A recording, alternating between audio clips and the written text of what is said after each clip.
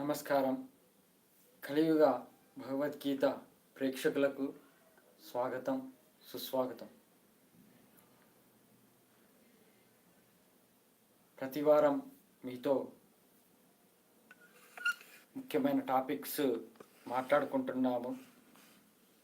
అలాగే ఈ వారం కూడా టాపిక్స్ మీద మనము మాట్లాడుకోవచ్చు. అలాగే లైవ్లో వచ్చే వాళ్ళందరూ మీ యొక్క కామెంట్స్ పెట్టండి. మీలో ఏదైనా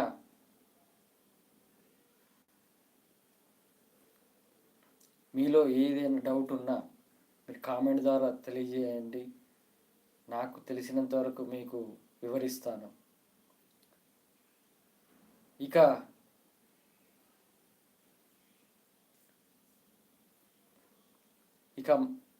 కలియుగ భగవద్గీతను అందరూ చూడాలి, అందరూ వినాలి. ఎందుకంటే భగవద్గీత మీ తల్లి తండ్రి చెప్పకపోయినా మేము నేర్చుకుంటాము. యువతను నేను అడుగుతున్నాను, మేము నేర్చుకుంటాము.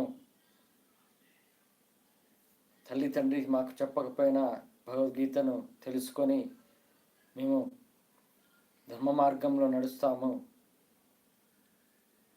ఆ శ్రీకృష్ణ పరమాత్మ మాలో ఉన్నాడని తెలుసుకుంటాము అనే భావన రావాలి యువతకి. భగవద్గీత అధ్యాయాలు 18 అధ్యాయాలు వీడియోలు పెట్టాను. సంపూర్ణ కలియుగ భగవద్గీత కూడా మీకు అర్థమయ్యేటట్టు వివరించాను. కానీ వ్యూస్ పెట్టిన కొత్తలో వ్యూస్ వస్తున్నాయి, మన తర్వాత దాన్ని ఎవరు చూడట్లేదు. నేనేమంటానంటే, మీరు ఈ జన్మలో చేసుకున్న అదృష్టం వల్ల భగవద్గీత మీకు తెలుగులో అచ్చ తెలుగులో అర్థమయ్యేటట్టు వివరించాను. అలాంటిది మీరు తెలుసుకోకపోతే అది మీకు మీరే ఒక ఆపదలో పడ్డట్టు, మీకు మీరే రక్షించుకోవడానికి ఒక ఉపాయం లేనట్టు, అంటే మీకు మీరే నరకంలో పడిపోయేటట్టు చేసుకుంటున్నారని అర్థం. భగవద్గీత అధ్యాయాలు అన్నీ ఉన్నా కానీ వ్యూస్ అనేవి పెరగట్లేదు. ఏంటంటే మాకు టైం ఎక్కడ ఉంది ఇది చూడటానికి అని. మీరు క్రికెట్ చూడొచ్చు, అలాగే సినిమాలు చూడొచ్చు, అలాగే యూట్యూబ్ షార్ట్స్ వీడియోస్ ఎంటర్టైన్మెంట్ పర్పస్లో చూడొచ్చు. కానీ భగవద్గీత చదవడానికి వినడానికి మీకు టైం లేకుండా పోయింది. కానీ మీరు ఎంత టైం వేస్ట్ చేస్తున్నారో ఆ టైము మళ్ళీ తర్వాత మీకు దొరకదు. ఇప్పుడే మీరు తెలుసుకోవాలి. చేతులు కాలినాక ఆకులు పట్టుకుంటామంటే కుదరదు. అప్పుడు దేవుడా అంటే కూడా కుదరదు. ఎందుకంటే భగవద్గీతను తెలుసుకున్న వాళ్ళే, దాన్ని అనుసరించిన వాళ్ళకే దైవానుగ్రహం కలుగుతుంది ఈ కలియుగంలో. అంతే తప్ప దేవుడా అనగా పిలవంగానే రాడు. అది మనలో పరమాత్మ ఉండడం తెలుసుకున్నప్పుడే నీకు ఆ దేవుడా అంటే నీకు రక్షించడానికి వస్తాడు. నువ్వు పరమాత్మ ఉండడం తెలుసుకోకుండా, భగవద్గీతను గురించి తెలుసుకోకుండా, ఆత్మజ్ఞానం తెలుసుకోకుండా నీకు నువ్వే దూరమైతే, భగవద్గీతకు దూరమైతే నువ్వు తర్వాత ఆ దేవుడు కూడా నిన్ను రక్షించలేడు. మరి అలాంటి భగవద్గీతను నేను తెలుగులో అనువదిస్తే వీడియోస్ పెట్టిన కొత్తలో వ్యూస్ వస్తున్నాయి, కానీ తర్వాత దాన్ని చూడట్లేదు. అలా నేను మీరు చూడకపోతే మీకు నష్టం అని నేను చెప్పినా కానీ మీకు అర్థం అవ్వకపోవడం అనేది అది మీ ఇష్టం. ఎందుకంటే మీరు మీ ఇంట్రెస్ట్ మీకు ఉండాలి. అసలు ఈ మానవ జన్మ ఎందుకు పుట్టాను అనేది మీకు తెలుసుకోవాలి, మీరు తెలుసుకోవాలి. బయట జరిగేటి ఘోరాలు ఎన్ని జరుగుతున్నాయి, దానికి ఈ జన్మకు సంబంధం ఏంటి అనేది కూడా తెలుసుకోవాలి. అది తెలుసుకున్నప్పుడే, అది ఒక భగవద్గీత ద్వారా తెలుసుకున్నప్పుడే మీకు అర్థమవుతుంది. సంపూర్ణ కలియుగ భగవద్గీతను ఎంత మంచిగా వివరించానంటే 18 అధ్యాయాల 700 శ్లోకాల అర్థాన్ని మీకు 10 నిమిషాల్లో వివరించి చెప్పాను అచ్చ తెలుగులో. అలాంటి సంపూర్ణ కలియుగ భగవద్గీత అధ్యాయం ఆ వీడియోను కూడా వ్యూస్ చూడట్లేదు. నేను ఆ యువత కోసమే నేను పోరాడుతున్నాను. నేను నా కంటికి కనబడే చిన్న పిల్లలు కనబడతారు, వయసులో ఉన్న పిల్లలు, అంటే ఇంటర్మీడియట్, డిగ్రీ అలా చదువుతున్న పిల్లల్ని చూస్తుంటే జాలేస్తుంది. అయ్యో వీళ్ళకు చెప్పాలి, వీళ్ళకు తెలియజేయాలి, భగవద్గీత అంటే ఏంటో నేర్పాలి. తల్లిదండ్రులు నేర్పట్లేదు, వీళ్ళు నేర్చుకోవట్లేదు, వీళ్ళు మున్ముందు నరకంలో పడిపోతే ఎంత బాధను అనుభవిస్తారు, అలా పడకుండా మనము కాపాడాలి అనే ఉద్దేశంతో ఉన్నాను. అలాంటిది మీరు భగవద్గీతను తెలుగులో అనువదించిన మీరు చూడట్లేదంటే మీరు ఏ మాయలో ఉన్నారో అర్థం చేసుకోండి. కలిమాయలో ఉన్నారు. ఆ కలిమాయలో నుంచి బయటపడండి. ఇప్పుడు చాలామంది సినిమాలకు అట్రాక్ట్ అవుతున్నారు, అది కూడా ఒక మాయ. అలాగే ఎంటర్టైన్మెంట్ అయిన క్రికెట్, అలాగే రాజకీయ సంబంధమైన వాటి మీద ఇంట్రెస్ట్, ఇవన్నీ ఒక మాయ. లాస్ట్కు దాంట్లో అనుభవించి బాధలు అంటే దాంట్లో మునిగి బయటికి తెలియలేక అనుభవించి బాధపడ్డ వాళ్ళు కూడా ఉన్నారు. అది సినిమా ఫీల్డ్ అయినా కానీ, క్రికెట్ ఫీల్డ్ అయినా కానీ, పొలిటికల్ ఫీల్డ్ అయినా కానీ, ఇంకెన్నో రకాల ఎంటర్టైన్మెంట్కి సంబంధించిన ఏ రకాల ఉన్నా అవి వాటి ఒక మాయ. అది సినిమా హీరో కోసం ఎంతో ప్రేమగా, ఎంతో అభిమానంతో నీకోసం నేనేమైనా చేస్తానని. ఇప్పుడు సపోజ్ హీరో పవన్ కళ్యాణ్ ఉన్నారు, ఆయన కోసం ఎంతో చేస్తున్నారు, అంటే అభిమానులు అంతా చాలామంది ఉన్నారు. కానీ మనము ఫస్ట్ మీకు మీరేంటో తెలుసుకోండి. అసలు మీలో ఏ శక్తి ఉందో తెలుసుకోండి.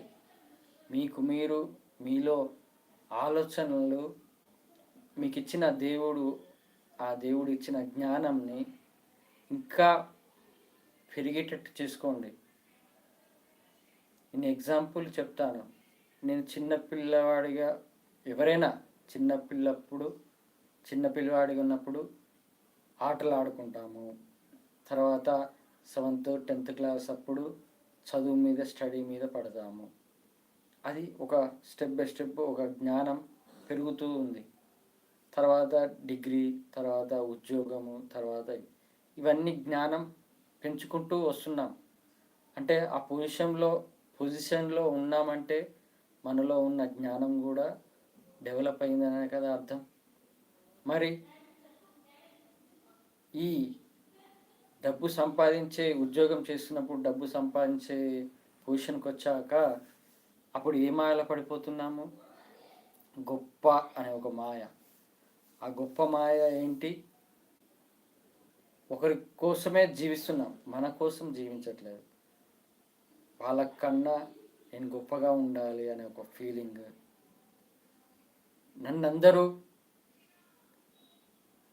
మస్తు సంపాదించావురా, మస్తు జీవిస్తున్నారా అని పొగడ్తలతో గొప్పగా చూడాలని కొంతమంది అలా ఉంటారు. ఇదంతా ఒక మాయ. అది ఇలా ఆ మాయలో పడడం వల్ల మనము నెక్స్ట్ ముసలితనం వచ్చేటప్పుడు అప్పుడు ఏమి తెలుసుకున్నామా, అసలు ఏమి సాధించామా ఈ జీవితంలో అనేది ఆ ముసలితనంలో ఆలోచన వస్తుంది. ఏదో ఒక రోజు వస్తుంది, ఆ దేవుడు తెప్పిస్తాడు. కానీ అలా ఆలోచించకుండా డబ్బు మాయలో పడి ఇక నేను సాధించింది ఇదే, నా మనవళ్ళకు మనవరాళ్ళకు నా పిల్లలకు నా భార్యకు కూడబెట్టింది ఇదే, నేను సాధించాను అని అనుకుంటారు. కానీ మానవ జన్మ రహస్యం తెలుసుకున్నప్పుడు సాధించాల్సింది ఇంకోటి ఉంది అని తెలుసుకునే రోజు అది వస్తుంది. అది తెలుసుకుంటే నేను ఎంత టైం వేస్ట్ చేశాను నా జీవితంలో, దేనికోసం అనవసరంగా ఆరాటపడ్డాను, దేనికోసం నేను నా జీవితాన్ని అంకితం చేస్తున్నాను, ఈ జన్మను మళ్ళీ ఎవరి కోసము జీవిస్తున్నాను అనేది తెలుసుకునే రోజు వస్తుంది. నేను ఇలా అందరూ రోడ్డు ప్రమాదాల్లో, అనుకోకుండా జరిగే ప్రమాదాల్లో ఎవరొకరు గొడవలు పడటం, కొట్టుకోవడము, ఆఖరికి చంపుకునే కాడికి కూడా వస్తుంది. అలాగే ఇంకెన్నో రకంగా బాధలు, కష్టాలు అన్ని విధాలుగా పడుతున్నారు లోకంలో మనుషులు.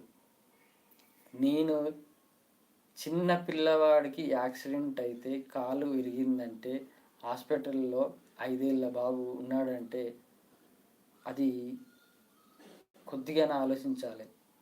వాళ్ళ తల్లిదండ్రులైనా మనమైనా, అరే ఎందుకు అంత చిన్న బాబుకి అలాంటి కష్టం వచ్చింది అని ఆ ఒక్క ఆలోచన చేస్తే అప్పుడు అర్థమవుతుంది.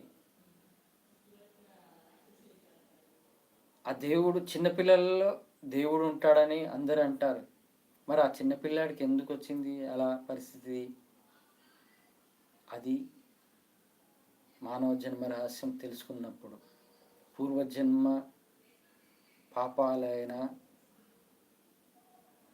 దాన్ని బట్టి మనము ఈ జన్మలో కర్మలు పాపకర్మలు అనుభవిస్తామని తెలుసుకున్నప్పుడు అది ఆలోచిస్తే అప్పుడు అర్థమవుతుంది.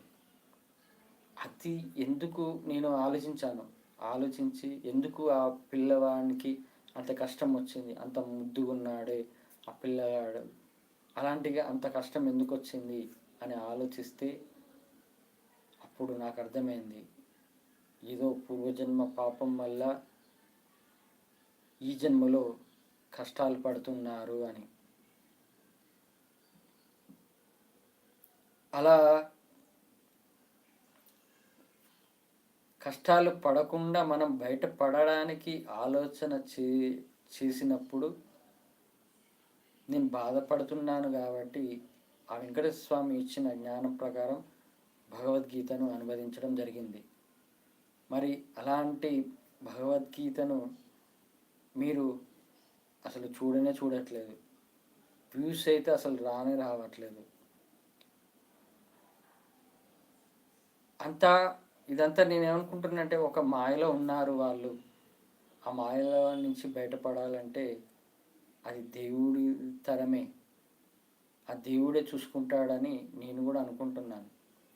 కానీ ఎవరైతే ఈ ఛానల్ ఫాలో అవుతున్నారో, వ్యూస్ చూస్తున్నారో, ఎవరో ఒకరు చూస్తున్నారు కదా, వాళ్ళలో మార్పు వస్తుంది కదా, అది చాలు.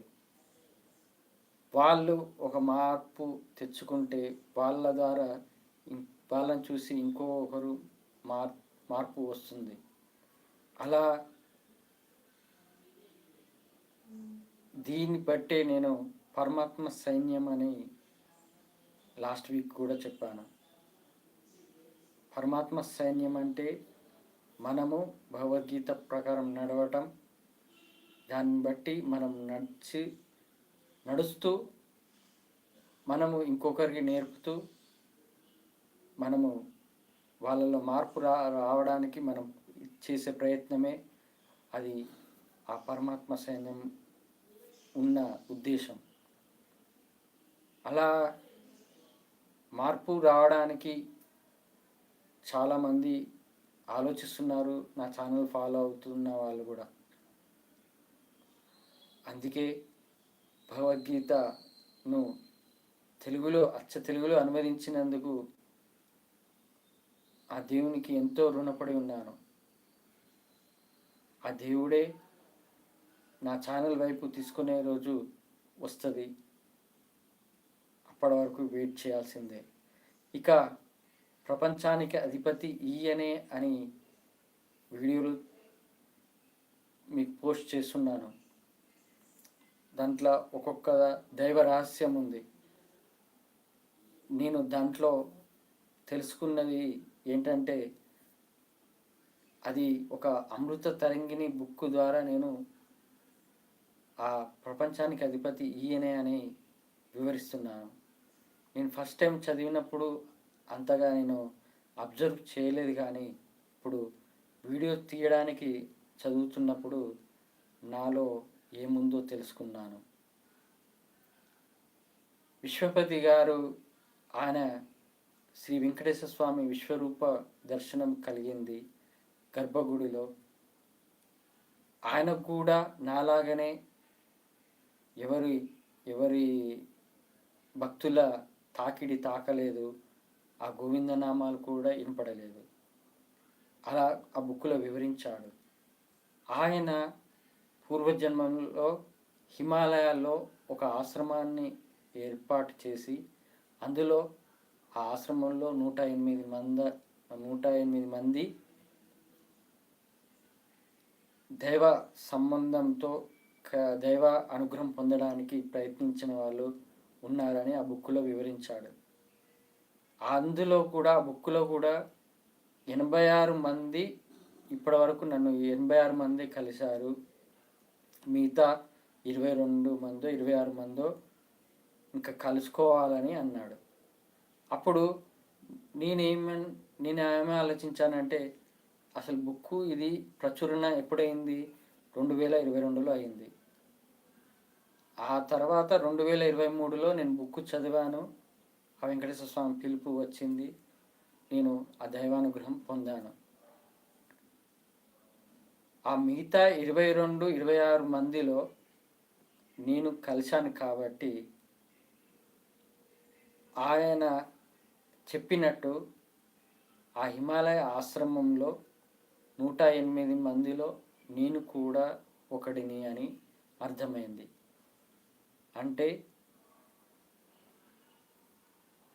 ఆ బుక్లో చెప్పింది ఏంటంటే, ఈ 108 మంది కలియుగంలో ఈ ప్రపంచంలో ఎక్కడో అక్కడ, ఆ బుక్లో ఏమన్నా అంటే పోర్చుగల్, బ్రిటిష్, అమెరికన్ వీళ్ళందరూ ప్రొఫెసర్లు ఎంతోమంది ఉన్నారు. ఈ 108 మందితోనే దైవ కార్యాలు చేస్తున్నారని ఆ బుక్లో వివరించి ఉంది. అది కూడా ఒకరికి ఒక రకంగా దైవ కార్యము బాధ్యత ఉందని ఆ బుక్లో ఉంది. ఇప్పుడు నా బాధ్యత భగవద్గీతను అనువదించడము, ప్రపంచానికి అధిపతి ఈయనే, మతద్వేషాలు వద్దు అని చెప్పడం అనేది ఒక బాధ్యత.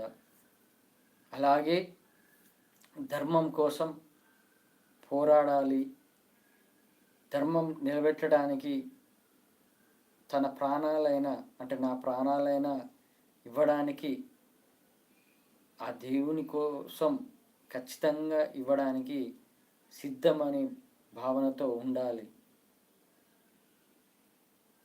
ఇంకోటి ఏంటంటే, నేను ఒకటి చెప్తాను. ఇంతకుముందు ఎలా ఉన్నానో ఇప్పుడు నేను ఎలా ఉన్నాననేది వివరిస్తాను.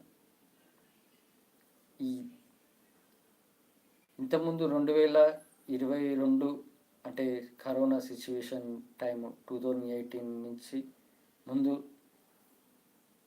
అప్పుడు నాకు కూడా బిజినెస్ ఉండేది, సొంత ఇల్లు ఉండేది కరోనా ముందు.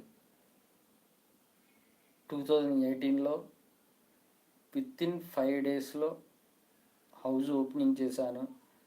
వితిన్ 5 డేస్లో 5 డేస్ గ్యాప్లో షాప్ ఓపెన్ చేశాను, గిఫ్ట్ షాప్. అలా ఓపెన్ చేశాను. అప్పుడు ఎలా ఉందంటే, ఆ దేవుని దయ వల్ల, ఆ వెంకటేశ్వర స్వామి దయ వల్ల, నా ఫ్రెండ్ ద్వారా ఎలాగో అలాగా అలా ఓపెన్ చేశాను.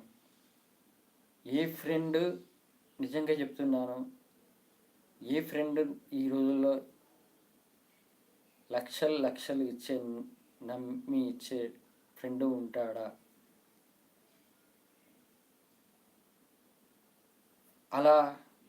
అలాంటి ఫ్రెండ్ని ఇచ్చాడు నాకు. ఆ ఫ్రెండ్ ఇచ్చిన డబ్బుతోటే ఆ 2 ఓపెన్ చేశాను. అప్పుడు నాకు ఎలా ఉందంటే, నాకు ఇల్లు ఉంది, షాపు ఉంది, ఒక లైఫ్, ఒక మెట్టు ఎక్కుతున్నాను అనే భావనతో ఉండే రోజులు ఉన్నాయి. కానీ అప్పటికి కూడా ఒక భయం ఉండేది. అయ్యో, రేపేమనైతే నేను ఎట్లా భరిస్తానా అని ఆలోచన కూడా ఉండేది. ఏదో కొద్దిగా అహంకార భావం కూడా ఉండేది. కానీ నాలో మంచితనం అనేది ఎప్పుడు పోలేదు. ధర్మంగా జీవించడం అనేది ఎప్పుడు పోలేదు. కానీ కరోనా వచ్చింది, దానితో రెంట్ కట్టలేక, రెంట్ పెరిగిపోవడం వల్ల నేను జాబ్ చేసేది, మా మిస్సెస్ షాప్ చూసుకునేది. కానీ ఆ రెంట్ కట్టకపోవడం వల్ల, అలాగే ఆ సిచ్యువేషన్లో ఇంకోటి కూడా జరిగింది. నా భార్యకు ఆపరేషన్ అయింది గర్భసంచి ప్రాబ్లం వల్ల. దానివల్ల కూడా నేను డబ్బు కోసం చాలా సఫర్ అయ్యాను. ఆఖరికి నా ఎంప్లాయీస్ తలా ఇంత ఇచ్చి ఆపరేషన్కి సహకరించారు. అప్పుడు నేను తెలుసుకున్నాను, మనకు సహాయం చేసే వాళ్ళ కోసం వాళ్లకు సహాయం చేయాలి, వాళ్లకు ఏదో ఒక రకంగా చేయాలనే భావన అప్పుడు తెప్పించాడు. అలా వాళ్ళకు చేయకపోయినా నీకు వాళ్ళు చేసినందుకు ఇతరులకు నువ్వు సహాయం చెయ్యి, ఎవరికైనా అనే ఆలోచనతో ఉన్నాను. అలా నేను సడన్గా 2-3 నెలల రెంట్ కట్టలేక జీతం మీద బతికేటోడిని. అలాంటిది నేను ఏమి నడపలేననే భావనతో షాప్ తీసేశాను. దాంతోపాటు ఇల్లు కూడా తీసేశాను. కానీ అప్పులు, వాటిని భరించలేము. ఆ అప్పులు పెట్టుకోవడం అదొక టార్చర్. అది అలాంటి వాటిని మనము భరిస్తున్నామంటే అది భరించడానికి కూడా ఓపిక ఉండాలి. అలా నేను ఇంతకుముందు సూసైడ్ చేసుకోవాల్సిన పరిస్థితి వస్తే ఆ వెంకటేశ్వర స్వామి నన్ను కాపాడాడు. ఆయన ఇచ్చిన ఎక్స్పీరియన్స్ ద్వారా నేను ఆ కరోనా సిచ్యువేషన్లో అంత బాధలు వచ్చినా నేను తట్టుకొని బాధపడ్డాను, ఏడ్చాను. ఆయన కళ్ళలోకి వచ్చి ఓదార్చాడు కూడా. అలా నేను ఆ ఓదార్చినాక నేను ఆ వెంకటేశ్వర స్వామి, నువ్వు నాకు తోడు, నాకెందుకు భయము, నేను దేన్నైనా ఎదుర్కొంటాననే ధైర్యంతో ఇక నేను భయపడడం అనేది మానేశాను.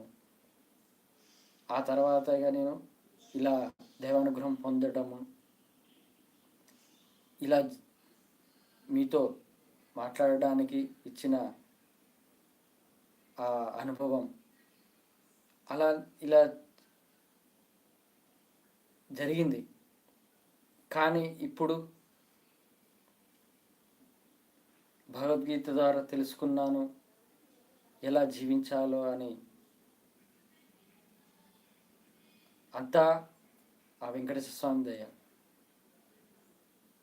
ఇప్పుడు నేను ఎలా ఉన్నానంటే పూర్తిగా ఆ దైవభక్తి ఆరాధనలో ఎలాంటి టెన్షన్ లేకుండా, అంతా భగవద్గీత వల్లనే, ఎలాంటి టెన్షన్ లేకుండా అంతా ఆయన చూసుకుంటాడు. అంతే, నువ్వు నీ పని నువ్వేదో చేసుకుంటూ వెళ్ళు అనే ఆలోచనతో ఉన్నాను. అలాంటిది ఈ ప్రపంచానికి అధిపతి ఈయనే అనే ఆ బుక్ మళ్ళీ రిపీట్ చేయడం వల్ల నాలో దైవశక్తి ఉందని తెలుసుకున్నాను. అప్పుడు హిమాలయ ఆశ్రమంలో ఆ 108 మందిలో నేను ఒకడిని అని తెలుసుకున్నాను. ఆ మహాశక్తి విశ్వాన్ని నడిపించే మహాశక్తి భవానీ మాతే అని అయితే ఆమెనే నన్ను నడిపిస్తుంది, ఆ దైవశక్తి నన్ను నడిపిస్తుంది అనే భావనతో ఉన్నాను. అందుకే ఈ 108 మందితో ప్రపంచంలో ఎక్కడైనా దైవ కార్యము ఏదో ఒక రకంగా చేసేటట్టు చేస్తుంది ఆ మహాశక్తి. ఈ కలియుగంలో బాధ్యతగా తీసుకున్నది వెంకటేశ్వర స్వామి కాబట్టి మనము వెంకటేశ్వర స్వామిని పూజిస్తాము. కానీ ఇంతకన్నా బ్రహ్మ మహేశ్వరులు విష్ణుమూర్తి కన్నా అత్యంత శక్తివంతమైన మహాశక్తి ఉందని తెలుసు కదా, కొంతమంది తెలియకపోవచ్చు. కానీ అలాంటిది ఆ మహాశక్తి వల్ల నేను ఈ దైవ కార్యాన్ని చేయడము ప్రారంభించాను. ఇది నాలో నీ జన్మకు సాధించాల్సింది కూడా ఇంకా ఉంది, చేయాల్సింది కూడా ఇంకా ఉంది. వెంకటేశ్వర స్వామి స్టెప్ బై స్టెప్ ఒక్కొక్కటి నేర్పిస్తాడు. జీవితం అంటే ఏందో నేర్పించాడు. నా జీవితమే ఒక భగవద్గీతగా మార్చాడు. అలాగే ఆయన అనుగ్రహం పొందడం వల్ల భగవద్గీత ద్వారా అందరికీ చెప్పేటట్టు గురువుగా ఒక మారాను. అలాగే ఈ ప్రపంచానికి అధిపతి మతద్వేషం ఉండొద్దు అనే భావనతో ఈ ప్రపంచానికి అధిపతి ఈయనే అనే వీడియోలు కూడా చేస్తున్నాను. ఇక నెక్స్ట్ స్టెప్ ఏంటి, అది ఆయనకి మనము వదిలేయాలి. ఆయన ఒక స్టెప్పు నేర్పిస్తూ ఉంటాడు. దైవ కార్యం, దైవ సంకల్పం ఉన్న వాళ్ళకు స్టెప్ బై స్టెప్ నేర్పిస్తూ ఉంటాడు. విశ్వపతి గారు ఆయన నిట్ వరంగల్లో చదివిన అతను 1984 అంటే నేను పుట్టిన సంవత్సరంలో అప్పుడు చదివాడు. ఆయన అప్పటి వరకు ఏదో ఒక జాబ్ చేస్తూనే ఉన్నాడు. ఆయన దగ్గర 60 ఏళ్ళు, 50 ఏళ్ళు, 70 ఏళ్ళు ఆ ఏజ్లో ఉన్నప్పుడు ఆ వెంకటేశ్వర స్వామి అనుగ్రహం పొందాడు. ఆయనతో బుక్కులు రాపించాడు. అంటే ఆయన వయసులో కాలేదు ఇవన్నీ. ఆయన పెద్ద ఏజ్ అనుభవం వచ్చాక, అనుభవజ్ఞుడుగా మారినాక ఆయనకు నేర్పించాడు. అంటే దైవకార్యం చేయడానికి ఒక స్టెప్స్ ఉంటాయని ఆ వెంకటేశ్వర స్వామి ద్వారా తెలుసుకోవాలి.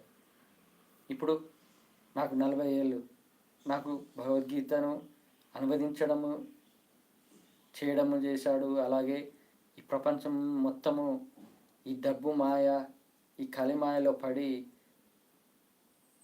కష్టాలు బాధలు పడుతున్నారు కదా ప్రపంచ ప్రజలు.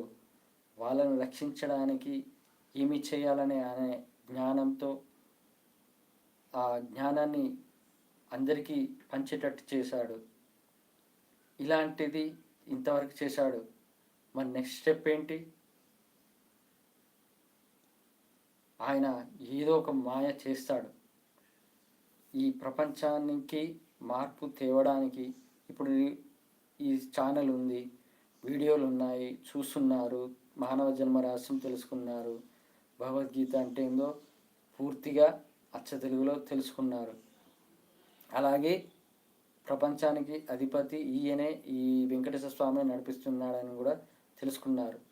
తర్వాత నెక్స్ట్ స్టెప్ ఏంటి అనేది ఆ ఏడుకొండల వెంకటేశ్వర స్వామి నాకు తెలుసు. కానీ ఈ ప్రపంచం ప్రజలు అనేది ఒక మాయలో ఉన్నారు కదా, వాళ్లకు తెలవాలంటే ఆయన ఒక వింత చేస్తాడు. ఆ వింత ఏంటంటే ప్రపంచ ప్రజలు ఏ మాయలో ఉన్నారో వాళ్ళంతటా వాళ్ళు తెలుసుకునేటట్టు చేసి చివరికి అంటే నన్నే పరిచయం చేస్తాడని నాకు నమ్మకం. ఎందుకంటే నాకు తెలుసు కాబట్టి ఈ ప్రపంచాన్ని ఎలా మార్చాలి, ఈ మనుషులలో ఎక్కడ తప్పు చేస్తున్నారు, ఎవరు ఎక్కడ తప్పుదారిలో పడుతున్నారు అనేది అన్నీ నాకు తెలుసు.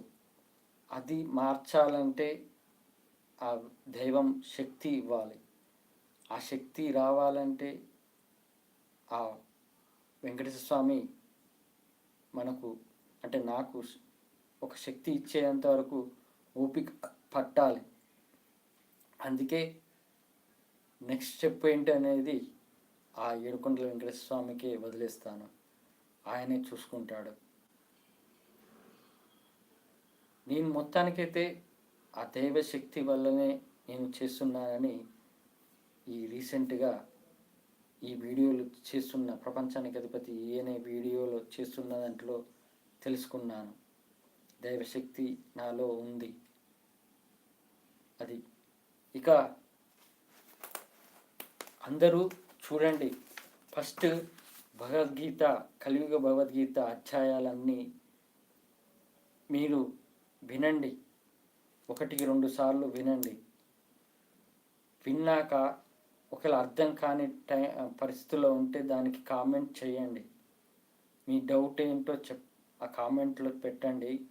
దానికి నేను రిప్లై ఇవ్వగలుగుతాను.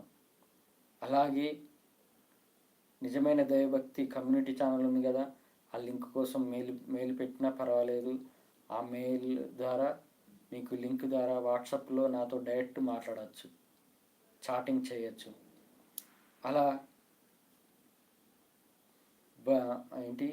భగవద్గీత అధ్యాయాలన్నీ తెలుసుకుంటే నీలో ఉన్న మాయలేంటో తెలుస్తాయి. నీ మాయల్ని పోగొట్టుకోవడానికి ఆలోచనలు వస్తాయి. అలాగే నీ జీవితంలో మార్పులు వస్తాయి.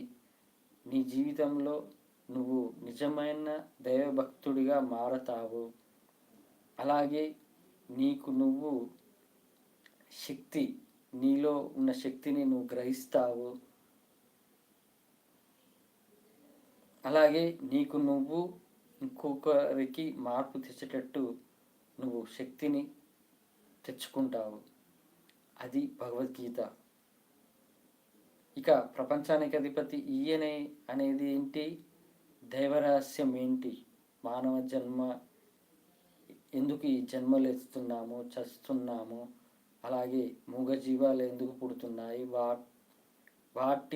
అవి కూడా ఎందుకు మన మానవులతో సమానంగా అంటే ఈక్వల్గా మనతో పాటు జీవిస్తున్నాయి. ఇవన్నీ అంత దైవరహస్యం అంతా ప్రపంచానికి అధిపతి ఈయనే అనే వీడియోలో తెలుసుకోవచ్చు. ఫస్ట్ భగవద్గీత తెలుసుకుంటే నీలో ఏందో తెలుస్తుంది.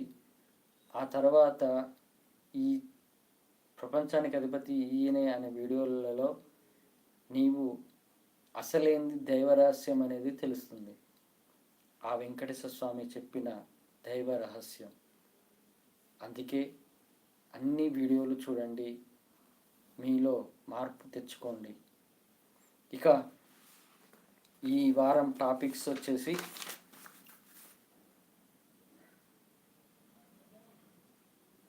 మనము టైంకు తినాలి. టైంకి తినకపోతే మన ఆరోగ్యం పాడవుతుంది. డబ్బు కోసమే చాలామంది కష్టపడతారు. ఆఖరికి ఆకలిని చంపుకోనైనా డబ్బు కోసం కష్టపడతారు.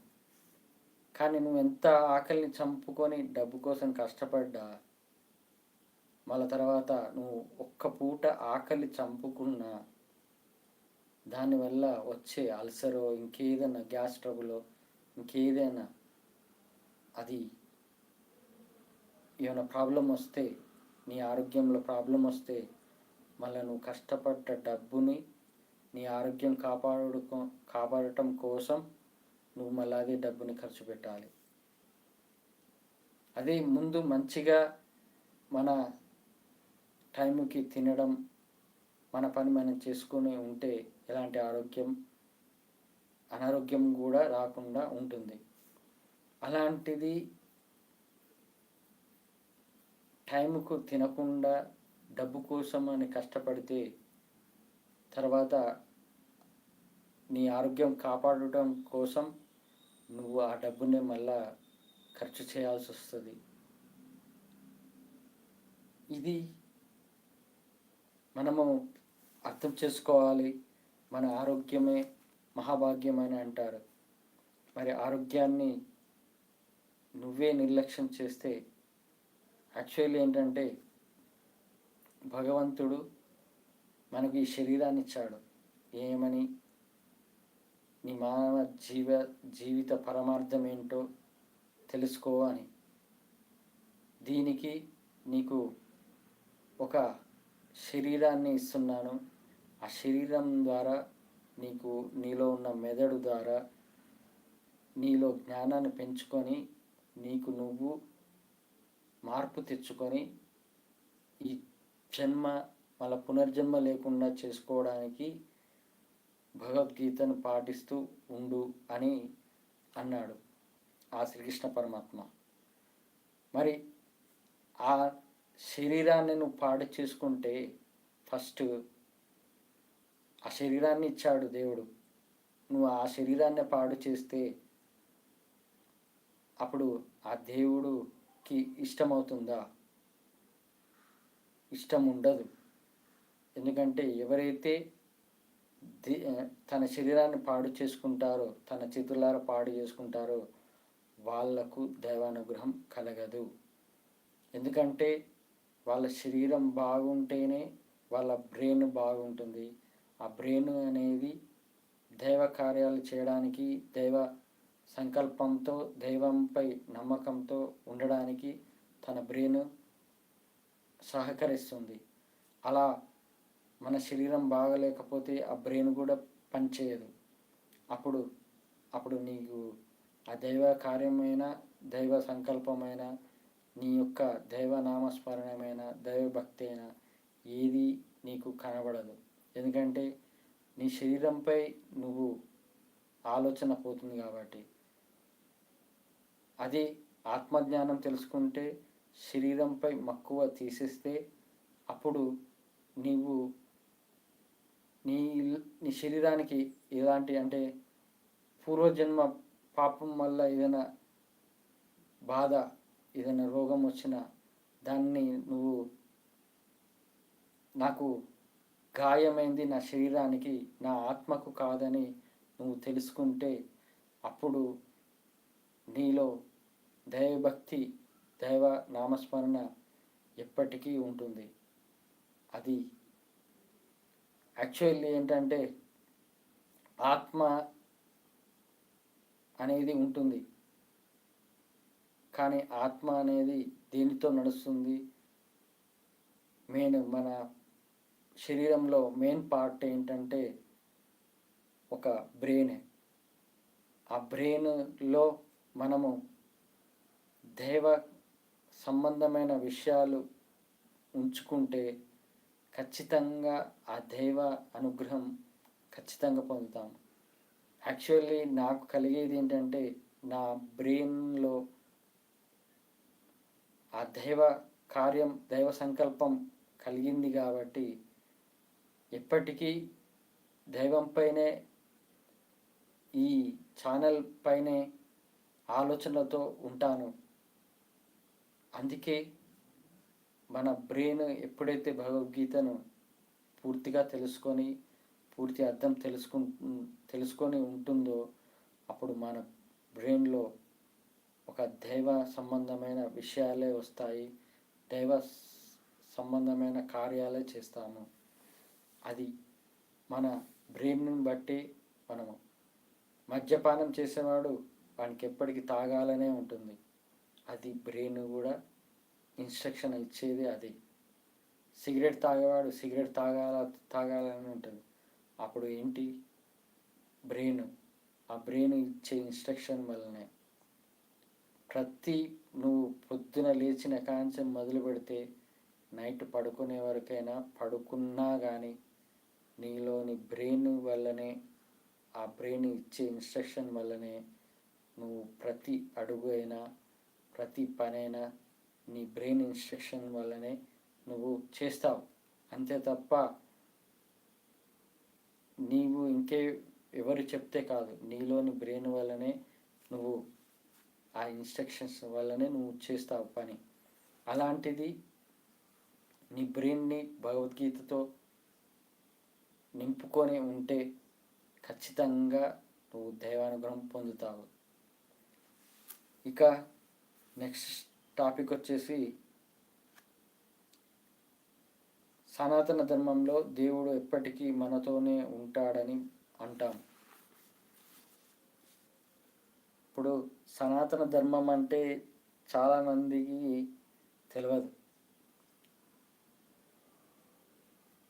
పురాణాలు కృతయుగం, త్రేతాయుగం, ద్వాపర యుగం, ఆ 3 యుగాలు కలిపితే ఆ 3 యుగాల్లో ఉన్న ధర్మంని, నిజాయితీని, నీతిని తెలుసుకొని ఈ కలియుగంలో పాటిస్తే అది సనాతన ధర్మం అవుతుంది. జై శ్రీరామ్, జై శ్రీకృష్ణ అని నోటికి అనంగానే కాదు, నీవు అంతఃకరణ శుద్ధిగా మారినప్పుడు అప్పుడు నీలో దైవశక్తి వస్తుంది. నువ్వు అంతఃకరణ శుద్ధిగా మారినంత వరకు నువ్వు ఎన్ని వేద మంత్రాలు చదువు, ఎన్ని శ్లోకాలు చదువు, ఎన్ని జై శ్రీరాము ఎన్నిసార్లు అన్నా అంతఃకరణ శుద్ధి లేనిది నువ్వు అది నీకు ఏమంటారు, సనాతన ధర్మం ప్రకారం నువ్వు ఉండలేవు. అందుకే సనాతన ధర్మము తెలుసుకున్న వాళ్ళు ఇప్పుడు నేనే ఉన్నాను. ఆ 3 యుగాలలో నేను తెలుసుకున్నది ఏంటంటే, హిరణ్యకశిపుడిలాగా అహంకారిగా ఉండకూడదు, నా దేవుడు గొప్ప అని ఉండకూడదు, అహంకారం ఉండకూడదని తెలుసుకున్నాను. ప్రహ్లాదుడిలాగా నిజమైన దైవభక్తితో ఉండాలి. ఏమి జరిగినా ఏది అంతా మన మంచికే, అలాగే ఏది జరిగినా ఆ పరమాత్మనే చేస్తున్నాడని భావించాలి అని ప్రహ్లాదుడి ద్వారా నేర్చుకున్నాను. అది త్రేతాయుగం శ్రీరాముడి నుంచి కష్టాన్ని తట్టుకోవాలి, ఓపికగా ఉండాలి, అలాగే సంసార జీవితాన్ని ధర్మంగా, నీతి నిజాయితీతో భార్య పిల్లల్ని కాపాడుతూ ఉండాలి.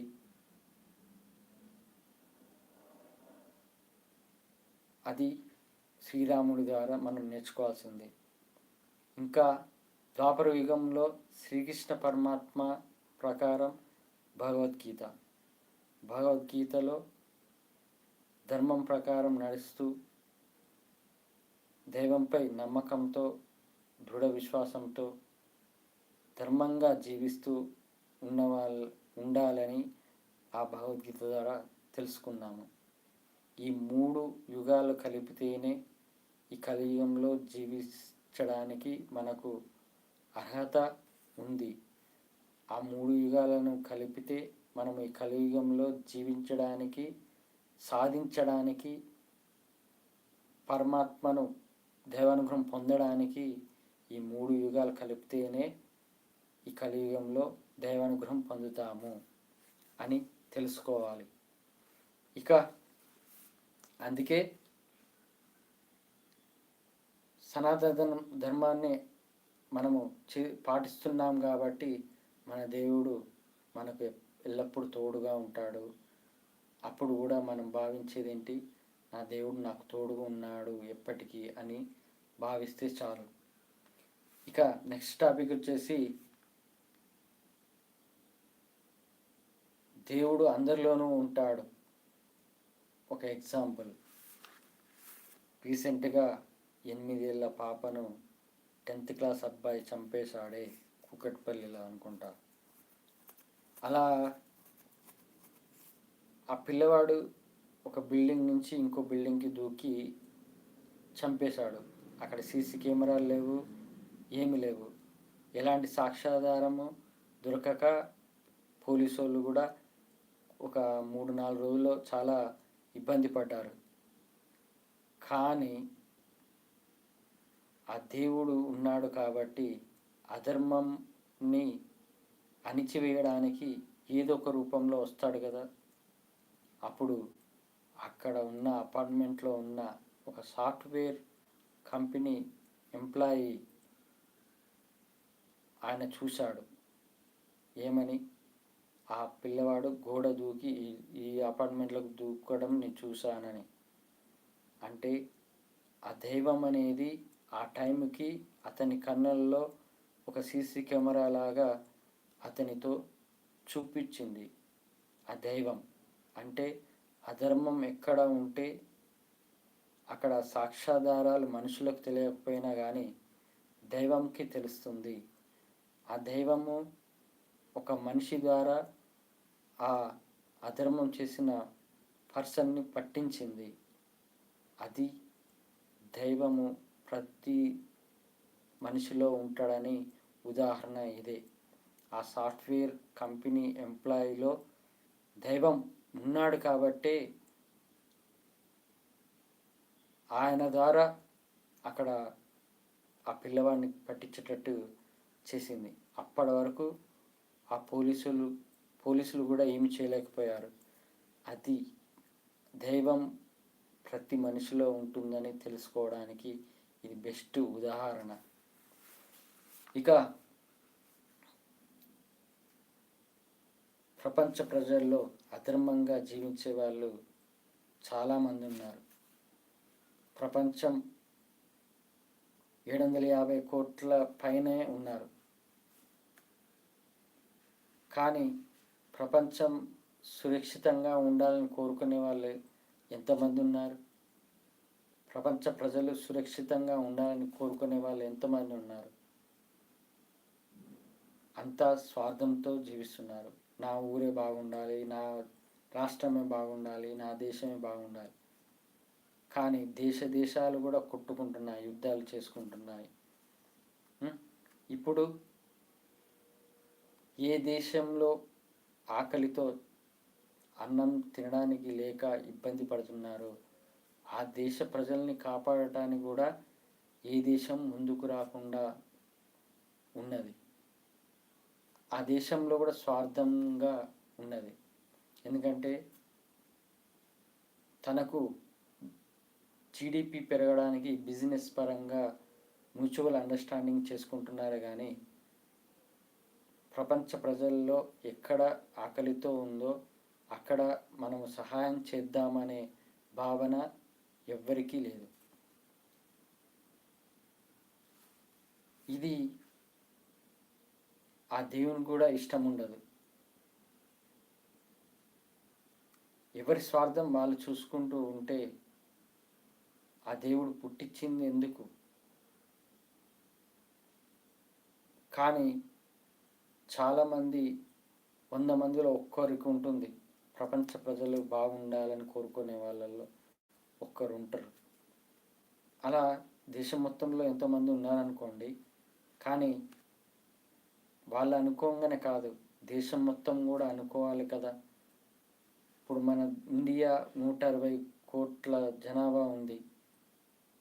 ప్రతి నెల ₹1 వేసిన ఆ 160 కోట్ల 100 కోట్ల మంది వేసిన ప్రతి నెల ₹1 ఇచ్చిన 100 కోట్లు ప్రతి నెల ఒక దేశంలో అన్నం లేని వారికి పెడితే ఆ 100 కోట్ల ద్వారా అప్పుడు వాళ్ళల్లో ఎంత కడుపు నింపినట్టు అవుతుంది, ఆ దేవుడు ఎంత సంతోషించినట్టు అవుతుంది. అప్పుడు ఆ దేవుడు కూడా ఆ సహాయపడిన దేశానికి దేశ ప్రజలకు సురక్షితంగా ఉండేటట్టు చేస్తాడు. దేశానికి సహాయం అనేది ఉండాలి, కానీ యుద్ధాలు ఉండకూడదు. అది ప్రపంచ యుద్ధముకి దారి అయితే ఇప్పుడు జీవిస్తున్నారు కదా, నా ఊరే బాగుండాలి, నా దేశమే బాగుండాలని జీవించే వాళ్ళు ఉన్నారే, వాళ్ళకు కూడా ఎప్పుడో ఆ ప్రపంచ యుద్ధంలో వాళ్ళకు కూడా బెడిసి కొట్టే రోజు వస్తుంది. వాళ్ళకు కూడా బుద్ధి వచ్చే రోజు వస్తుంది. అయ్యో, నా స్వార్థంగా ఆలోచించానే, నా స్వార్థం వల్లనే ఇలా జరిగింది అనే ఆలోచన వాళ్ళలో ఏదో ఒక రోజు వస్తుంది. అందుకే ఆ స్వార్థాన్ని తీసేయండి. ప్రపంచ ప్రజలారా, ఇప్పటికైనా మారండి. మారి మీ మానవ జన్మ ఏంటో తెలుసుకోండి. ఈ మానవ జన్మ పరమార్థం ఏంటో తెలుసుకొని ప్రపంచ ప్రజలందరూ కలిసి ఉండేలా చేసుకోండి. ఇక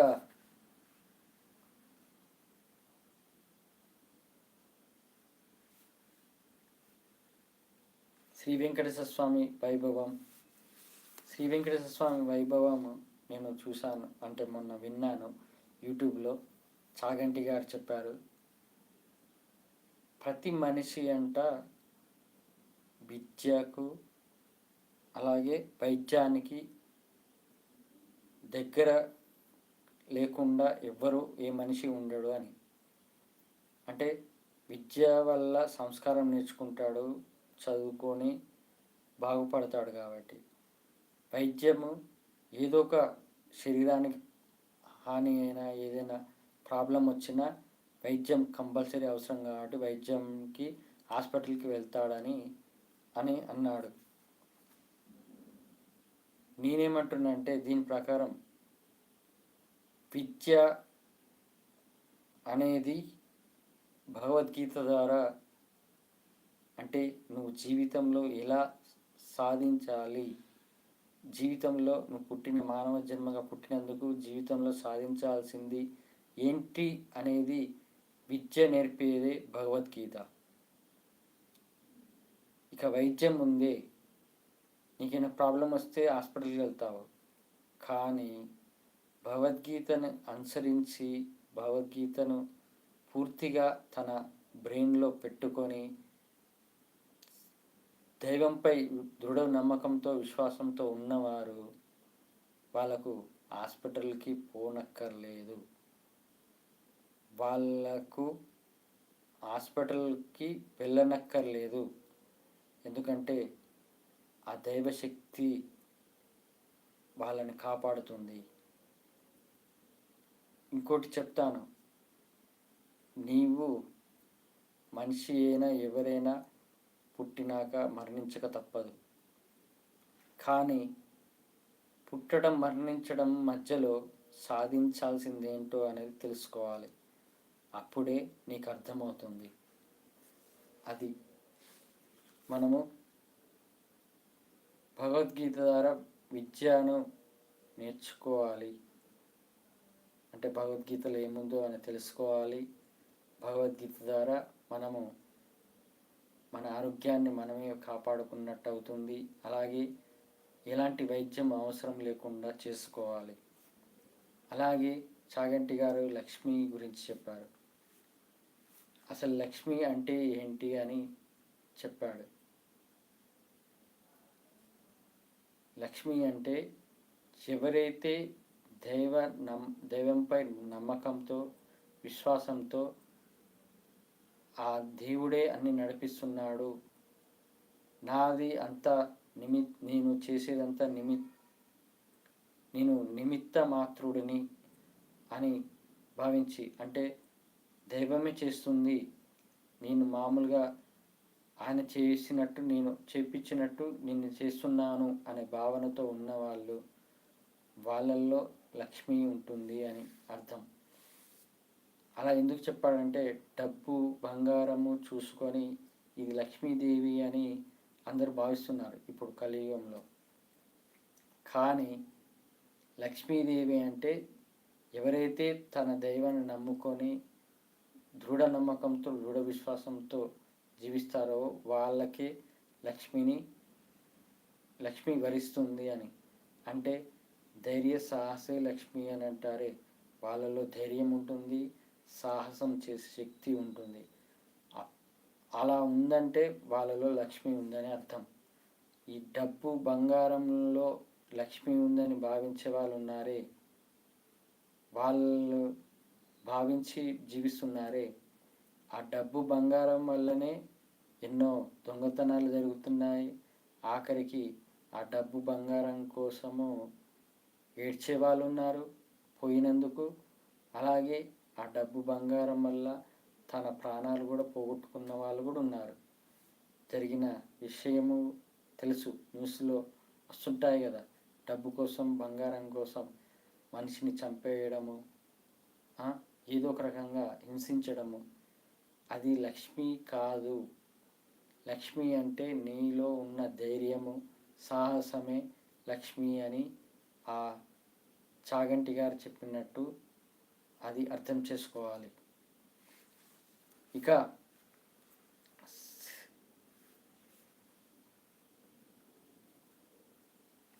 వెంకటేశ్వర స్వామి తన భక్తులను ఎప్పటికీ బాధ పెట్టనీయడు. ఎందుకంటే చాగంటి గారు వెంకటేశ్వర స్వామి వైభవంలో ఒక ఇన్సిడెంట్ చెప్పాడు. ఏమనంటే, తన భక్తుడు వెంకటేశ్వర స్వామి భక్తుడు అందరికీ అన్నదానం చేస్తున్నాడు. అసలైన దాంట్లో మెయింటైన్ చేసే ఆ పర్సన్ లేకపోవడం వల్ల వంట చేసడము లేకపోతే వడ్డించడం కాడ ఇబ్బంది పడేవాడు. అలాంటిది అతను రాకపోవడం వల్ల అతను బాధపడ్డాడు. ఎవరు? వెంకటేశ్వర స్వామి భక్తుడు. కానీ ఆ వెంకటేశ్వర స్వామి ఆ భక్తుడు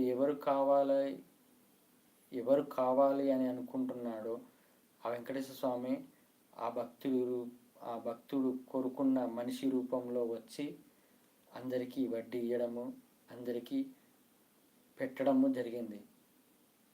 ఆ తర్వాత ఆ భక్తుడు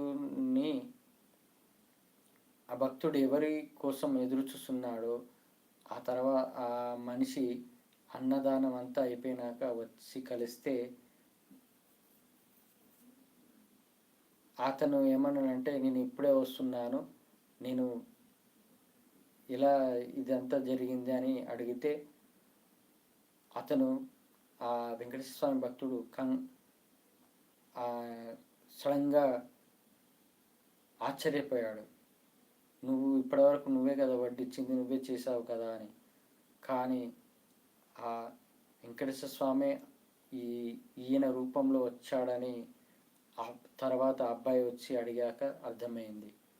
అంటే తన భక్తులను కాపాడటానికి, బాధపడకుండా చేయడానికి ఏదో ఒక రకంగా వస్తాడు, వాళ్ళను బాధ పెట్టకుండా చూసుకుంటాడని అర్థం. అది నాకు కూడా జరిగింది కదా, వాషింగ్ మిషన్ రిపేర్ కొత్తగా చేసిపోయాడు, ₹1 కూడా అడగలేదు, అంతా వెంకన్న తండ్రి చేపిస్తాడు, బాధ పెట్టకుండా చూస్తాడు తన నిజమైన దైవభక్తుడిని. అలాగే నెక్స్ట్ టాపిక్ వచ్చేసి శ్రీకృష్ణ దర్శనం అనేది కొత్తగా స్టార్ట్ అయ్యింది.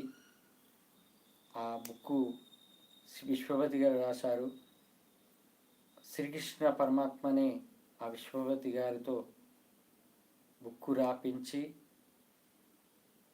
ఆ శ్రీకృష్ణ లీలలు ద్వాపర యుగంలో శ్రీకృష్ణ లీలల గురించి చెప్పాడు. అలాగే ఆ బుక్ చదివిన వాళ్ళకు నేను దర్శనం ఇస్తాను కలలో, అలాగే ఏదో ఒక రూపంలో మనిషి రూపంలోనే నైనా వచ్చి వాళ్ళను ఆశీర్వదిస్తానని ఆ బుక్ చదివిన వాళ్ళకు ఆ వరం ఇచ్చాడు. ఆ విశ్వవతి గారితో చెప్పాడు అన్నట్టు ఆ శ్రీకృష్ణ పరమాత్మ. మరి ఆ బుక్కు శ్రీకృష్ణ దర్శనం బుక్కు lord7hills.com lord7hills.com అనే సైట్లో మీరు PDF డౌన్లోడ్ చేసుకోవచ్చు.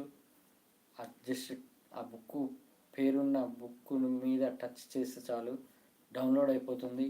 దాని ద్వారా నేను చదివాను శ్రీకృష్ణ దర్శనం బుక్కు ఒక 3 రోజుల నుంచి చదువుతున్నాను. అది నిజంగా అద్భుతం.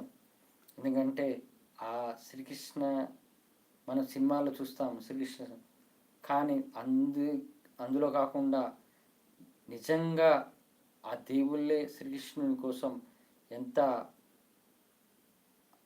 ఆనందపడ్డారో అనేది ఆ బుక్లో ఉంది. ఆ శ్రీకృష్ణ పరమాత్మ ఇంకా మనకు తెలియని ఎన్ని విషయాలు ఉన్నాయో అని ఆ బుక్లో ఉంది. అది చదవండి, ఆ శ్రీకృష్ణ పరమాత్మ ఆశీర్వాదం పొందండి. lord7hills.com ఆ దాంట్లో సైట్లో ఆ బుక్ ఉంటుంది, చదవండి. తెలుగులోనే ఉంది. ఇక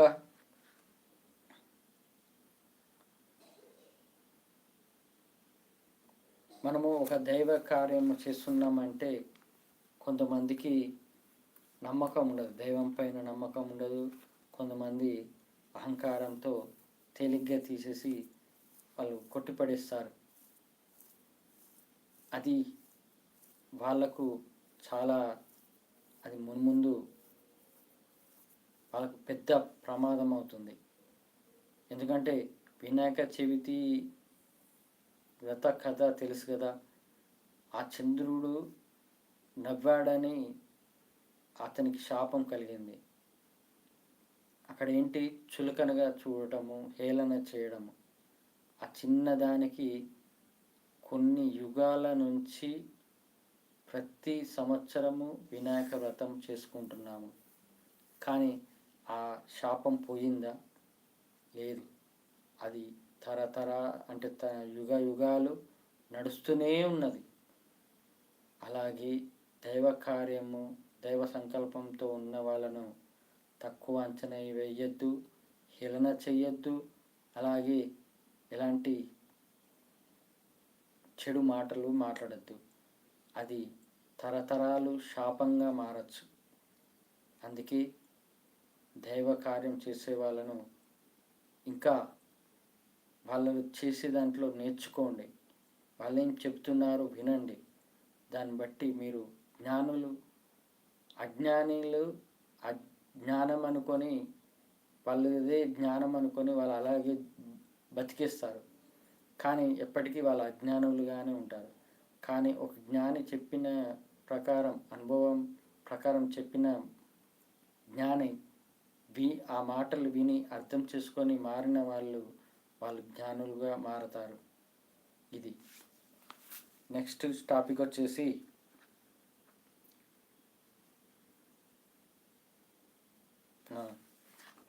ఇప్పుడు తల్లిదండ్రులు సంపాదిస్తున్నారు, పిల్లలకు పెడుతున్నారు. కానీ పిల్లలు ఆలోచిస్తున్నారా, నా తల్లి తండ్రి ఏమి చేస్తున్నారు, వాళ్ళు ఎలా సంపాదిస్తున్నారని పిల్లలు ఆలోచిస్తున్నారా? లేదు. ఇంకోటి, పిల్లలు సంపాదిస్తున్నారు కానీ తల్లిదండ్రులు నా పిల్లలు ధర్మంగా జీవిస్తున్నారా అని ఆలోచిస్తున్నారా? అది లేదు. మరి ఇలా అధర్మంగా ఒకరికొకరు సపోర్ట్ చేసుకుంటే అది డబ్బు కోసమేనా? ఇప్పుడు డబ్బు ఉంది కదా అని తన భార్యను నమ్మక ద్రోహం చేసి ఇతరులతో నమ్మక ద్రోహం ద్వారా ఇతర సంబంధాలు పెట్టుకోవడము, అలాగే డబ్బు ఉంది కదా అని ఇంకా వేరే ఎన్నో చెడు మార్గాల్లో వెళ్ళటము, ఇవన్నీ అధర్మంగా చేస్తున్నట్టే.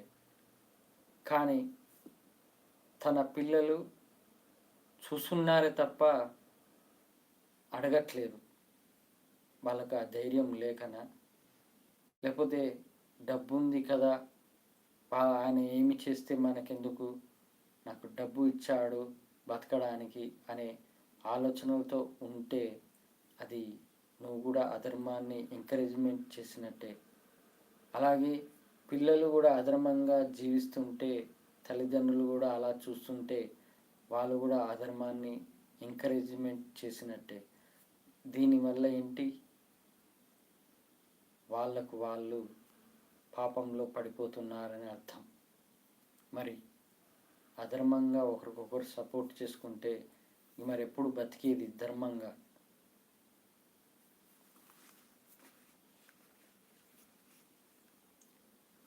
ఇక విగ్రహాలు కడుతున్నారు, ఎంతో ఎత్తులో కడుతున్నారు, కోట్లు ఖర్చు పెట్టి. మరి ఆ విగ్రహము, నేను ఒకటి అడుగుతున్నాను, చిన్నజీయ స్వామీజీని. ఆయన రామానుజాచార్య విగ్రహము బంగారంతో కట్టాడంట, ఎంతో ఎత్తులో. ఆ విగ్రహముని గొప్పగా ఓపెనింగ్ చేశాడు, భక్తులందరూ వెళ్తున్నారు, చూస్తున్నారు. యాక్చువల్లీ నేను ఏమంటున్నానంటే, రామానుజాచార్యుల వారు విష్ణుమూర్తి స్వరూపంగా వచ్చారు మనకు ధర్మంగా జీవించడానికి. అలాంటిది ఆయన గురువు అయిన చిన్నజీయ స్వామికి గురువు అయిన రామానుజాచార్యుల వారిని అనుభవంగా తీసుకొని, వాళ్ళ ఆధారంగా తీసుకొని పేదలకు అలాగే ధర్మం కోసము పోరాడాలి. కానీ ఆయన విగ్రహం కట్టి ఆయన విగ్రహానికి మెయింటెనెన్స్ పరంగా ఇప్పుడు నెలకు మనిషికి 300 రూపాయలు డబ్బులు ఎంట్రీ ఫీజు అంట, అలా ఉంది. సరే, ఇది కట్టాడు, ఓకే, ఆయన గురువుపై ప్రేమగా కట్టాడు, అంటే భక్తితో కట్టాడు అనుకుందాం. కానీ చిన్నజీయ స్వామి గారు ఉన్నంత వరకు దాన్ని మెయింటైన్ చేయగలుగుతారు. తర్వాత ఆ విగ్రహాన్ని చూసుకునేవారు ఎవరు? వాళ్ళ శిష్యులు. ఇక జీవితాంతం ఆ విగ్రహాన్ని చూసుకుంటూనే ఉంటారా?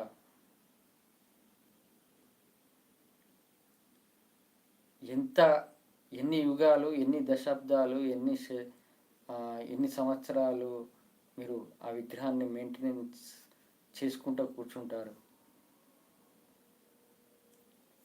దేవుడు ఏమంటుంటే, నాకు బంగారం ఇవ్వనక్కర్లేదు, నాకు గుడి కట్టనక్కర్లేదు, అలాగే ఎత్తైన విగ్రహాలు కట్టనక్కర్లేదు, నన్ను మీలో చూసుకోండి, మీలోని పరమాత్మని చూసుకోండి, భగవద్గీత ప్రకారం నడవండి, భగవద్గీతను అనుసరిస్తూ మీ జీవితాన్ని, మీ యొక్క మానవ జన్మ పరమార్థాన్ని తెలుసుకొని మీకు మీరు మా ఆత్మను, మీలో ఉన్న ఆత్మను పరమాత్మగా మార్చుకోండి అని అంటున్నాడు. అంతే తప్ప గొప్పగా గుళ్ళు కట్టకండి అని అంటున్నాడు.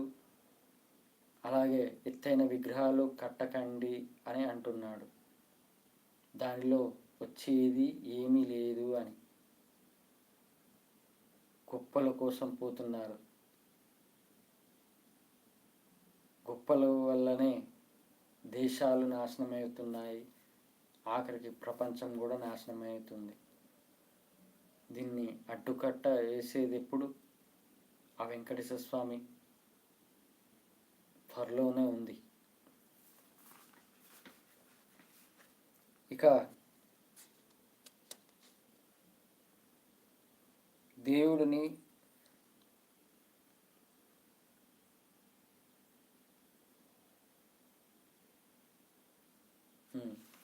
దేవుడిని ఇలాగే కోరుకోవాలి. తండ్రి, నా కుటుంబము ధర్మంగా జీవిస్తూ తరతరాలు నీ సేవ చేసుకుంటూ మోక్షాన్ని పొందాలని కోరుకోవాలి.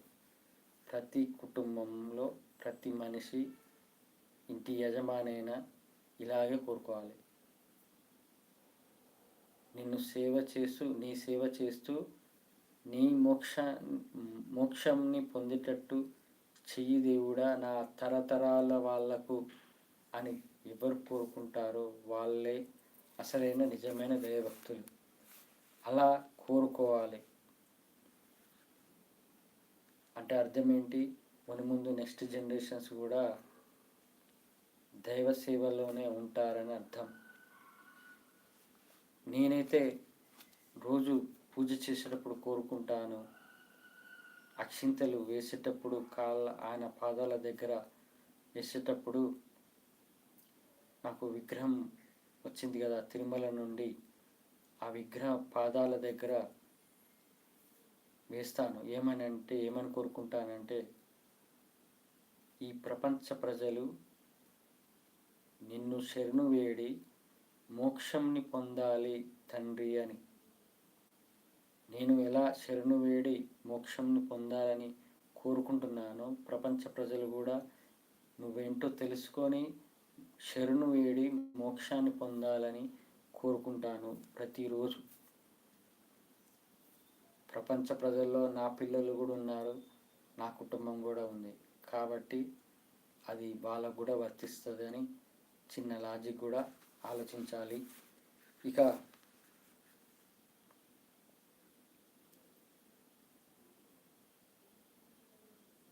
ఏ దైవ భక్తి ఉండాల్సింది ఆ దైవ శక్తికి ఇస్తాడు. కానీ ఈ కలియుగంలో వెంకటేశ్వర స్వామి కలియుగ దైవం కాబట్టి మనము ఆయననే స్మరించాలి. నీ ఇష్టదైవం ఏ దేవత అయినా, ఏ దేవుడైనా, వేరే ఏ దేవుడైనా చివరికి వాళ్ళైనా వివరించేది ఇదే. పాత సినిమాలలో చూస్తాము, ఒక దేవుని పూజిస్తారు, ప్రత్యక్షమైతే నాకు ఈ బాధ ఉంది, నాకు ఈ కష్టం ఉంది, దీన్ని బయటపడాలంటే ఏమి చేయాలని అడిగితే నువ్వు ఈ దేవుణ్ణి పూజించు, ఈ వ్రతం చెయ్యి అని వాళ్ళు సజెషన్ ఇస్తారు. ఇక్కడ నేను చెప్పేది కూడా అదే. నువ్వు ఈ కలియుగంలో ఏ దేవుణ్ణి పూజించినా, ఏ దేవుడైనా ఇదే అంటాడు, కలియుగ దైవం వెంకటేశ్వర స్వామిని పూజించండి, ఆయన్ని శరణు వేడండి, మోక్షాన్ని పొందండి అని అంటారు. ఎందుకంటే ఈ కలియుగ దైవ బాధ్యత, కలియుగాన్ని నడిపించే బాధ్యత ఆ వెంకటేశ్వర స్వామికే ఇచ్చారు కాబట్టి. అందుకే ఏ దేవుడికి ఏ బాధ్యత ఉంటుందో, ఏ దేవునికి ఎంత శక్తి ఇస్తారో ఆ దేవునికే ఆ బాధ్యత ఇస్తారు అని అర్థం చేసుకోవాలి. మనము ఈ కలియుగ దైవం శ్రీ వెంకటేశ్వర స్వామిని పూజించాలి, మోక్షముని పొందాలి.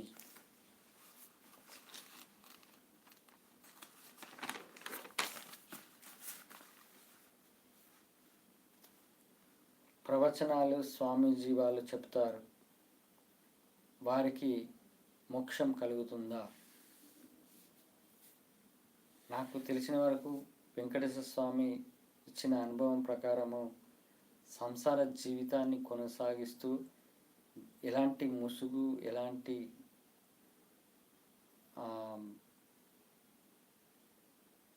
కాషాయం డ్రెస్ వేసుకోకపోయినా దైవభక్తితో ఆధ్యాత్మికంగా సంసార జీవితాన్ని ధర్మంగా నడిపేవారికి మోక్షం కలుగుతుందని ఆ వెంకటేశ్వర స్వామి నాకు అనుభవపూర్వకంగా తెలిపినట్టు నేను చెబుతున్నాను. ఈ స్వామీజీ వాళ్ళు వాళ్ళకు మోక్షం కలుగుతుందా అని అంటే అది వాళ్ళకు వాళ్ళు ప్రశ్నించుకోవాలి. ఎందుకంటే సంసార జీవితాన్ని కొనసాగించేటప్పుడే తెలుస్తుంది. నీతి నిజాయితీ నీలో ఉందా? ధర్మంగా జీవిస్తున్నావా?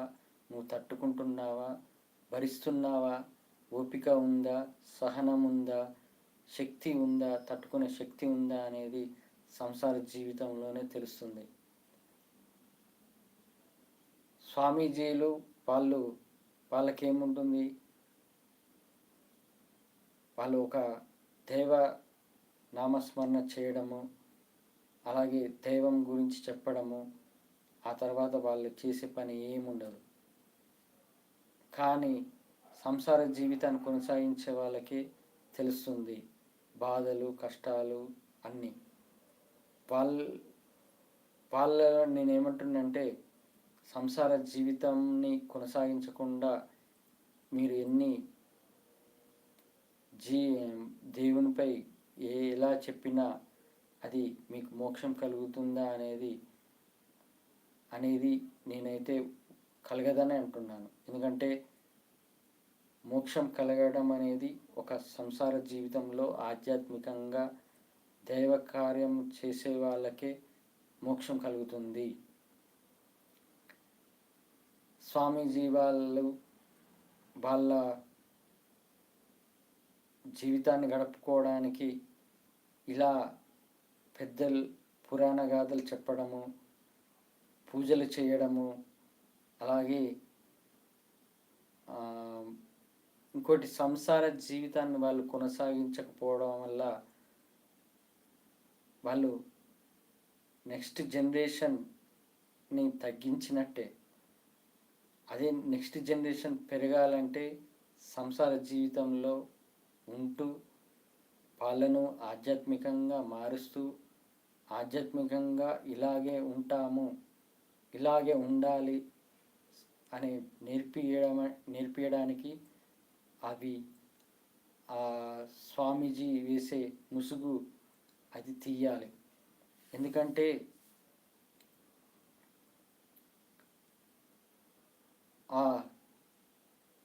ఇప్పుడు ఎలా ఉందంటే ఆధ్యాత్మికంగా ఉండాలంటే కాషాయం డ్రెస్ వేసుకోవాలి, మాల ధరించాలి, భార్య పిల్లల్ని వదిలిపెట్టాలి అనే భావన ఉంది ప్రజల్లో. అదే ఉంది. కానీ సంసార జీవితాన్ని కొనసాగిస్తూ ఆధ్యాత్మికంగా ఉంటూ ఆ దైవనామ స్మరణ చేస్తూ మోక్షాన్ని పొందడానికి ప్రయత్నించేవాడే, అంటే భగవద్గీత ప్రకారం మోక్షాన్ని పొందడానికి ప్రయత్నించేవాడే అసలైన నిజమైన దైవభక్తుడని నేను అంటున్నాను. ఆ వెంకటేశ్వర స్వామి ప్రకారం నేను అనుభవించిన ప్రకారం. అందుకే సంసార జీవితంలో నీతి నిజాయితీగా ధర్మంగా జీవించే వాళ్ళే మోక్షాన్ని పొందుతారు. అంతే తప్ప వాళ్ళు స్వర్గప్రాప్తే పొందుతారేమో కానీ మోక్షప్రాప్తి పొందలేరు అని నేను అంటున్నాను. ఇప్పుడు చాగంటి గారు, గరికపాటి గారు వాళ్ళు సంసార జీవితాన్ని కొనసాగిస్తూ ఆధ్యాత్మికంగా ఉంటూ అందరికీ వివరిస్తూ వాళ్ళు జీవిస్తున్నారు కాబట్టి వాళ్ళు మోక్షాన్ని పొందుతారు. ఇక వెంకటేశ్వర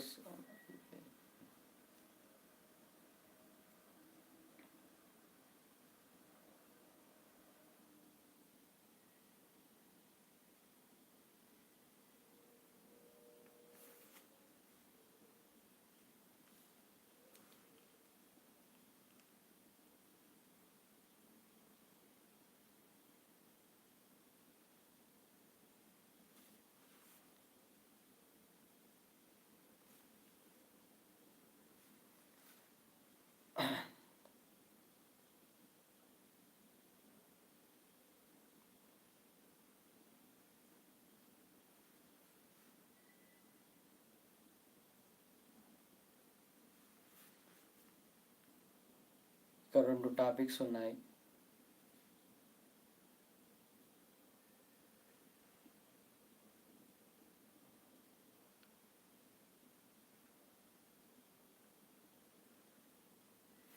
ప్రతి యుగంలో కృతయుగమైన, త్రేతాయుగమైన, ద్వాపర యుగమైన దేవుళ్ళు మనిషిగానే పుట్టి మనకు తెలియజేస్తున్నారు.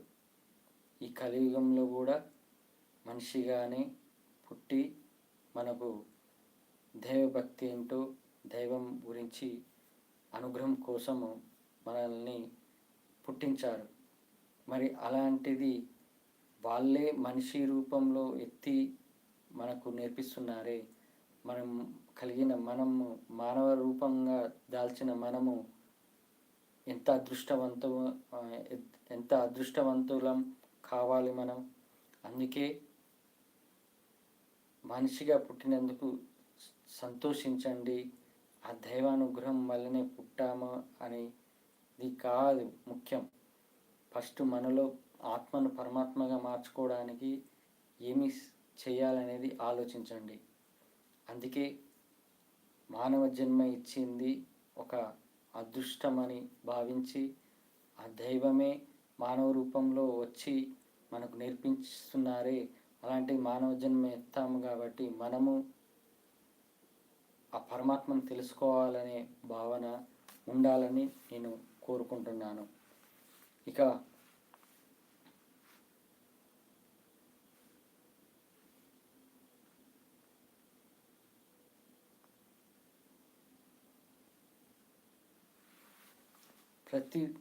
ఇప్పుడు దేవుడు శిక్షలు వేస్తాడు. ఏదో ఒక రకంగా రోగం, అనారోగ్యం పరంగా అయినా, అనుకోకుండా రోడ్డు ప్రమాదాలైనా, ఇంకే రకంగా. కానీ ఈ శిక్షలు ఎందుకు అనుభవిస్తున్నామనేది ఆలోచించాలి. దీనివల్ల మనము ఈ శిక్షలు మనం పడుతున్నాము, దీని నుంచి బయటపడటం ఎలా, దీని నుంచి బయటపడాలంటే ఏది తెలుసుకోవాలి అనేది ఆలోచిస్తే ఖచ్చితంగా ఆ దేవుడు ఎందుకు శిక్ష వేస్తాడనేది తెలుస్తుంది. అది ఒక భగవద్గీత ద్వారా తెలుసుకోవచ్చు. ఇక లాస్ట్ పాయింట్ వచ్చేసి, ఇప్పుడు ప్రతి మనిషికి మొబైల్ అవసరము. మొబైల్ అనేది స్టార్టింగ్లో మాట్లాడటానికే ఉండేది. ఇప్పుడు అన్ని ఎంటర్టైన్మెంట్, అలాగే ఇంకా వేరే విధంగా యూజ్ చేస్తున్నారు.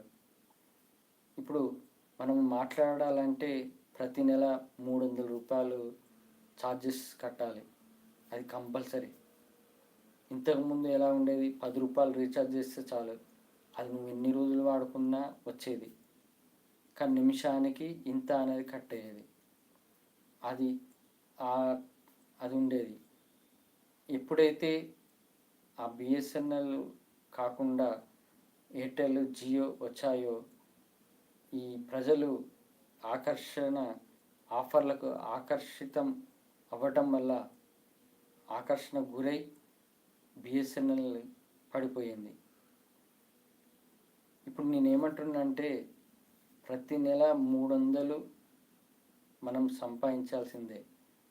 మన ఇంట్లో ఒక నలుగురు ఉంటే దగ్గర 1000 రూపాయలు. అదే బిఎస్ఎన్ఎల్ ఉంటే అది ఎంతో గవర్నమెంట్ కాబట్టి మనకు తక్కువ ఛార్జీ అయినా చాలా మనకు ఉపయోగపడేది ఒక కాల్స్ పరంగా. ఇప్పుడు ఎయిర్టెల్, జియో ఇవన్నీ వచ్చేసి మీరు ఈ జీవితంలో మీరు మాట్లాడాలంటే కష్టపడాల్సింది మొబైల్ రీఛార్జ్ కోసమే కష్టపడాలి. ఇప్పుడు 1.5 GB పర్ డే 300 రూపాయలు నెలకు. రేపు 500 కూడా చేస్తాడు. ఇప్పుడు 2G పోయింది, 3G పోయింది, 4G పోయింది, ఇప్పుడు 5G వచ్చింది. నెక్స్ట్ 6G అంటాడు, 7G అంటాడు. ఇవన్నీ ఏంటండి ఇవి? మనిషి మాట్లాడుకోవడానికి ఒక కాల్స్ ఉంటే చాలు. ఈ 4Gలు 5Gలు ఇవన్నీ డబ్బులు మూట కట్టుకోవడానికే తప్ప, అధర్మంగా చేస్తున్నారే తప్ప, న్యాయంగా అయితే మన ప్రజలే మనమే నాశనం చేసుకుంటున్నాము. గొప్పలకు పోయి ఆఫర్లకు ఆకర్షితులమై ఆ బిఎస్ఎన్ఎల్ని మనమే పోగొట్టుకొని ప్రైవేటు పరంగా దూసుకెళ్తున్నట్టు అనుకుంటున్నారు. కానీ రేపు నేను 500 చేస్తాను, నువ్వు వాడుకుంటే వాడుకో, లేకపోతే లేదా అని అంటాడు. అప్పుడు చచ్చినట్టు 500 రూపాయలు, నెలకు 500 రూపాయలు కట్టాల్సిందే. అదే గవర్నమెంట్ బిఎస్ఎన్ఎల్ అయితే వాళ్ళు ఇచ్చే కాల్స్ పరంగా మనకిచ్చే ఆఫర్లు చాలా బాగుంటాయి. నేను బిఎస్ఎన్ఎల్ ఎంప్లాయీనే కాదు, నేనేమంటున్నానంటే అప్పట్లో బిఎస్ఎన్ఎల్ ఉండేది, అప్పట్లో ఇలా ఆఫర్లు ఉండేది అని చెబుతున్నాను. కానీ ఇప్పుడు ఆ ఆఫర్లు కాదు, ఇప్పుడు గొప్పల వల్ల మనము నెలకు చచ్చినట్టు మనము దీనికి అంకితం అన్నట్టు జీవిస్తూ నెలకు 300 రూపాయలు రీఛార్జ్ చేసుకుంటూ, అదే పేదవాడైతే ఆ ఫోన్ కూడా వాడకుండా ఉండడము. ఒక ఇంటికి 4 ఉంటే 1000 రూపాయలు ఖర్చు పెట్టాలి నెలకు. అదే పేదవాడు మిడిల్ క్లాస్ ఫ్యామిలీ అయితే ఇక సంపాదించేది 1000 రూపాయల కోసమే సంపాదించాలనే జీవితాన్ని గడపాల్సి వస్తుంది. ఇది మనం చేసుకున్న చేతులారా. ఎడ్యుకేషన్ కూడా చేతులారా మనమే పాడు చేసుకున్నాము. ఇక ఇవి కూడా మన చేతులారా మనమే పాడు చేసుకుంటున్నాము. అంతా ఒక మాయ. అది ఆ మాయలో పడినంత వరకు తెలియదు, బయటపడ్డాక తెలుస్తుంది. అది ఏంటి అనేది ఫ్యూచర్లో తెలుసుకుంటారు. ఇక ఈ వారం యాక్చువల్లీ ఏంటంటే, ఈ నవరాత్రి పూజల వల్ల రోజు ఉదయమే 5 గంటలకు లేవడము, నిద్ర సరిపోకపోవడం వల్ల ఈరోజు నేను కొద్దిగా డల్గా మాట్లాడాను. అర్థం చేసుకోగలరు. ఇకపై మళ్ళీ నెక్స్ట్ టాపిక్ వచ్చే వారం మంచి టాపిక్స్తో మాట్లాడదాము. అందరూ భగవద్గీతను చదవండి. ప్రపంచానికి అధిపతి ఈయనే అనే వీడియోలు చూడండి. దైవరహస్యాన్ని తెలుసుకోండి. మీరే మార్పు తెచ్చుకొని దైవానుగ్రహం పొందేటట్టు చేసుకోండి. ఆ ఏడుకొండల వెంకటేశ్వర స్వామి అనుగ్రహం పొందండి. ఓం నమో వెంకటేశాయ నమః.